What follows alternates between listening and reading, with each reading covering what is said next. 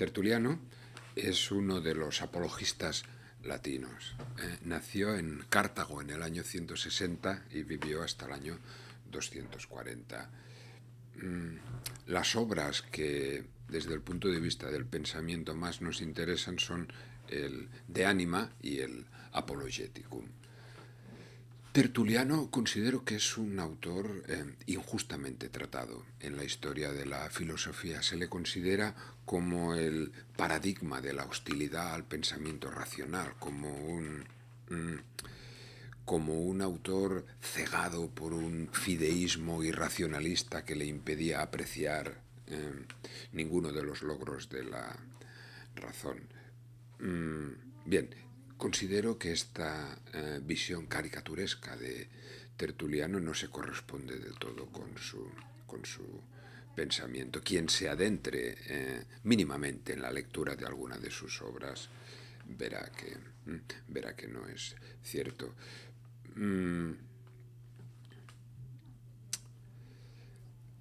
Se le atribuye normalmente, y es la frase que siempre se cita de él, el famoso credo qui absurdum, el creo porque es absurdo.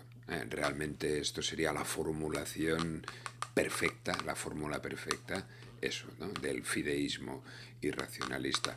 He de decir que yo no he encontrado esta frase en ninguna de las obras de Tertuliano que he leído. Quizá es suya, pero no la conservamos.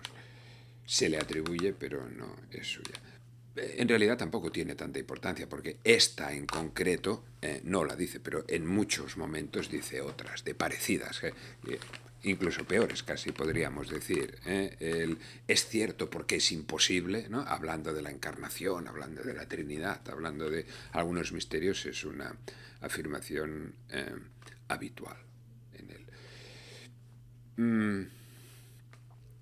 ¿Por qué considero que entender a Tertuliano es entender exactamente su oposición a la filosofía, o más bien a cierta filosofía, pero no al pensamiento racional en sí mismo?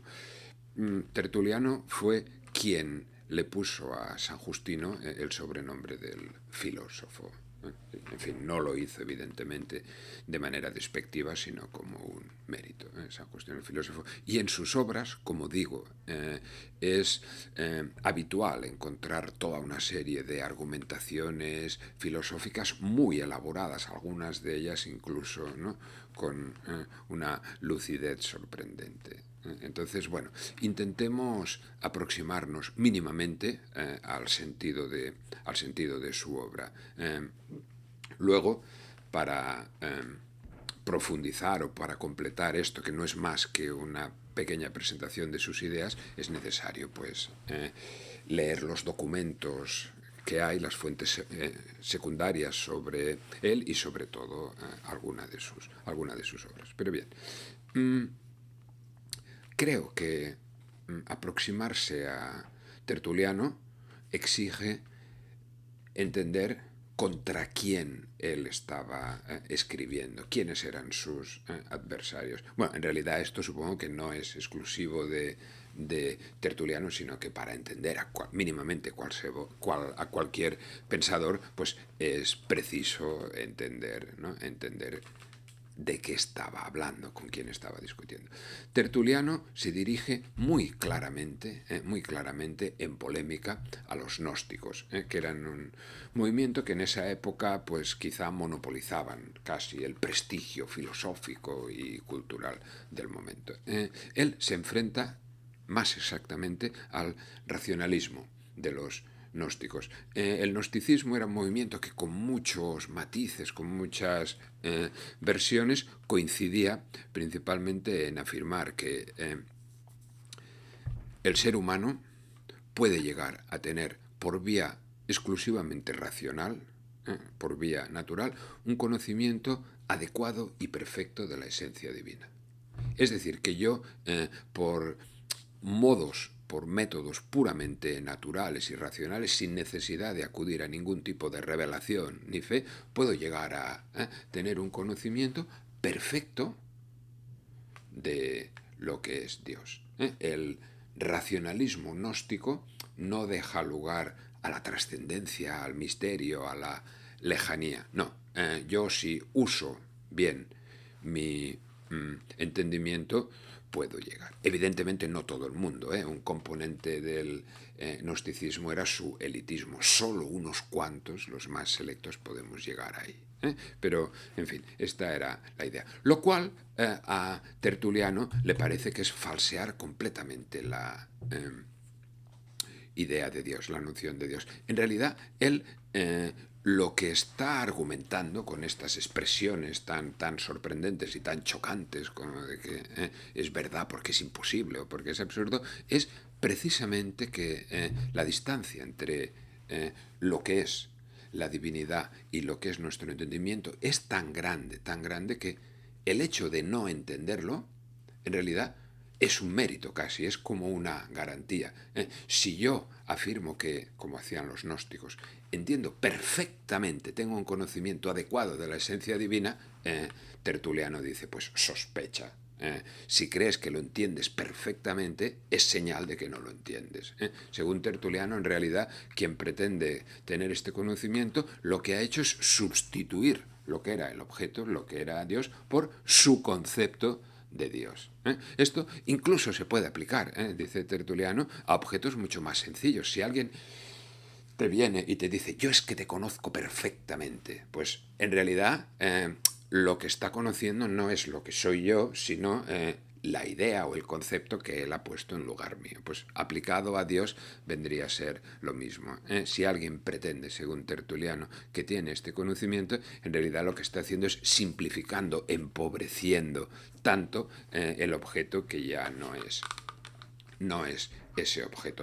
Leyendo a Tertuliano, en su pasión, incluso a veces en los momentos en los que se deja llevar por la emoción y por los sentimientos, está claro que su objetivo es este. Para entenderlo bien, hay una leyenda clásica que me parece que puede ilustrar un poco cuál es el problema que enerva a Tertuliano. Es Procusto, un siniestro personaje de la antigüedad. Ya digo, esto es no tiene nada que ver con él, pero es para que nos entendamos. Un siniestro personaje de la antigüedad que, por lo visto, tenía una casa donde de vez en cuando invitaba a cenar a ciertas personas, normalmente personas importantes. Y él les servía una cena muy copiosa, Procusto, a sus invitados, y cuando acababan de cenar tanto, pues solían tener sueño o estaban en cierto modo aquejados por una somnolencia. Y entonces Procusto, y es lo que nos interesa, les decía, hombre, pues subamos al piso superior donde yo tengo un dormitorio, unas camas y ahí podéis acostaros y podéis dormir tranquilamente. Los invitados subían y entonces se encontraban con las famosas camas de Procusto, que eran unas camas muy pequeñas, muy cortas. En realidad, cuando él convencía al invitado para que se acostara en esa cama, el invitado se acostaba y la cabeza le sobresalía por un lado y los pies le sobresalían por el otro. Y entonces Procusto cogía una espada, una daga, y les cortaba la cabeza y les cortaba los pies. Y entonces se quedaba contentísimo diciendo, mis camas son perfectas, se adaptan exactamente a lo que son mis invitados. Un poco en realidad lo que Tertuliano intenta mostrar es que el racionalista, el gnóstico, en el fondo está haciendo esto. Él tiene su concepto y todo lo que no se adapte exactamente a su concepto lo ignora, se pierde. Entonces, de cara a la aproximación, a aproximarnos al misterio más perfecto, que es el misterio divino, quien pretende, como Procusto, que con su entendimiento, con su concepto lo capta totalmente, lo que hace es dejarse perder, empequeñecer imperdonablemente lo que sería ese objeto. Creo que está claro en él.